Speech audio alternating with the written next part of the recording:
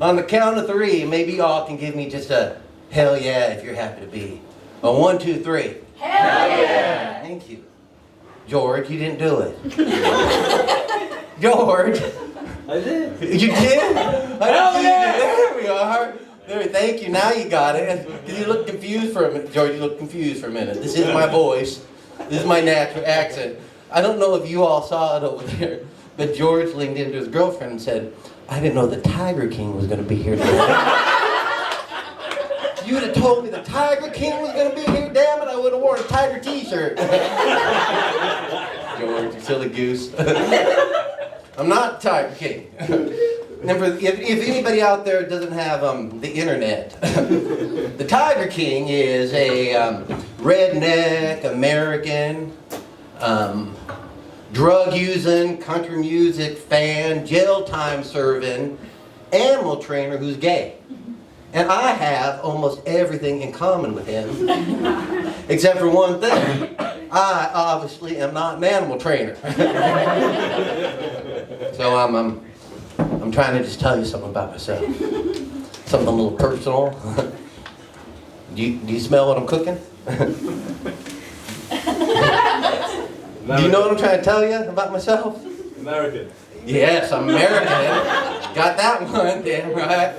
And I just happen to be a little yes, I am. I'm a little fabulous.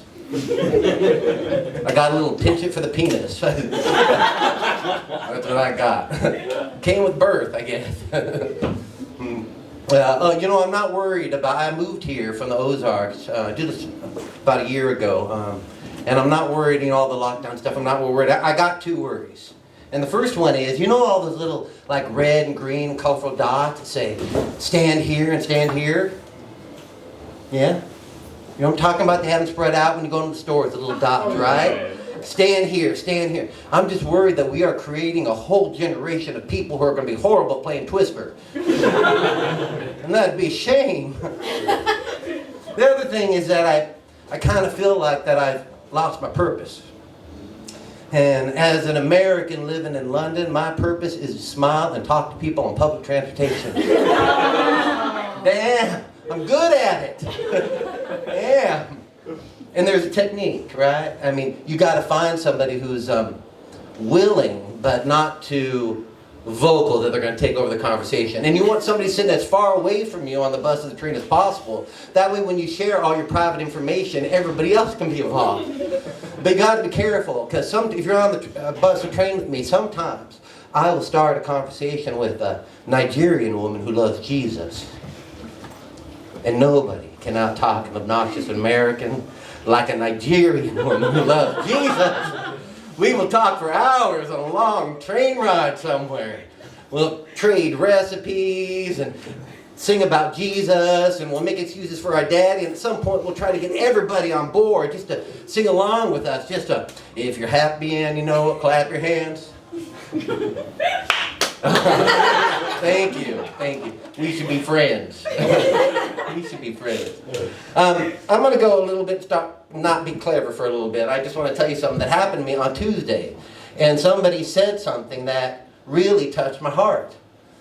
And he said something that made me feel, it's one of those moments, if you're ever feeling lonely or afraid or confused, you just speak your truth loudly. And this person who shared this with me is a 4-year-old boy named Michael who shit his pants. Oh. I know.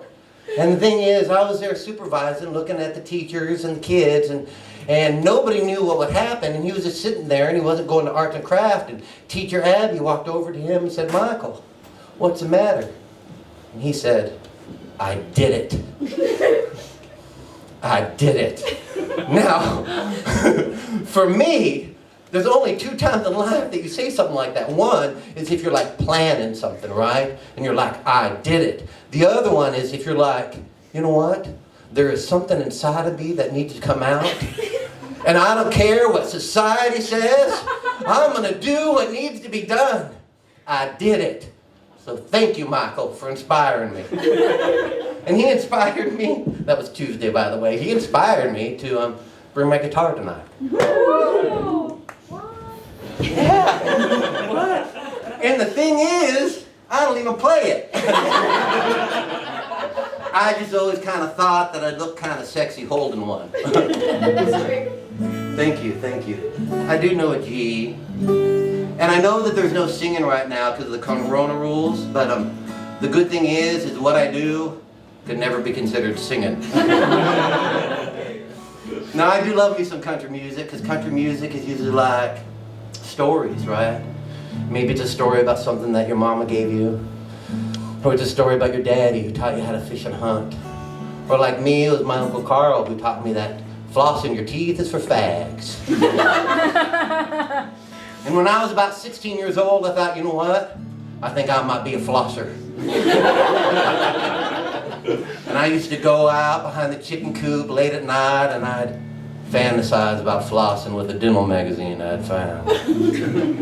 And a few years after that, I decided, well, you know what? I don't care who knows. I'm going to floss loud and proud. But dental hygiene doesn't define me. Now, country music, Dolly Parton's my favorite, right? She's got a Netflix. You like Dolly too? I love her. Oh, I knew you did. That's why we're going to be She's like friends. everyone's granny. What's that? She's like everyone's She granny. is like everybody's granny. I appreciate that. Thank you, Pete. And the thing about Dolly is, before we talk about Dolly, anybody seen Celine Dion lately? No. Have you seen her on TV? She's on another Netflix special. Poor thing looks horrible, doesn't she? Oh my God, dear Jesus, please bring Celine Dion a cheeseburger. Thank you, Jesus. I'm worried about her, like the next time we see her, she's just gonna be a pair of floating eyeballs and 2 Canadian vocal cords. Just smiling at you. So Dolly Parton has a song about a coat that her mama gave her. So it inspired me to write one about something my mama gave me.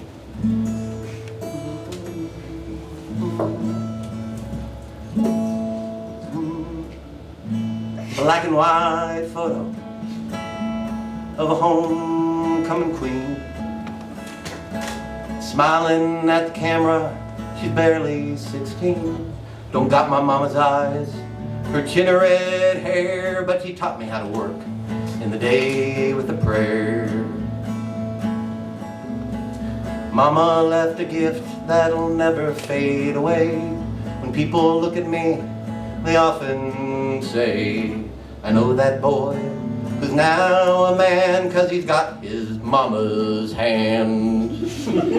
Hands that are slightly girlish, hands that smell of fish, hands that wipe my grandma's ass and reached into my daddy's pants.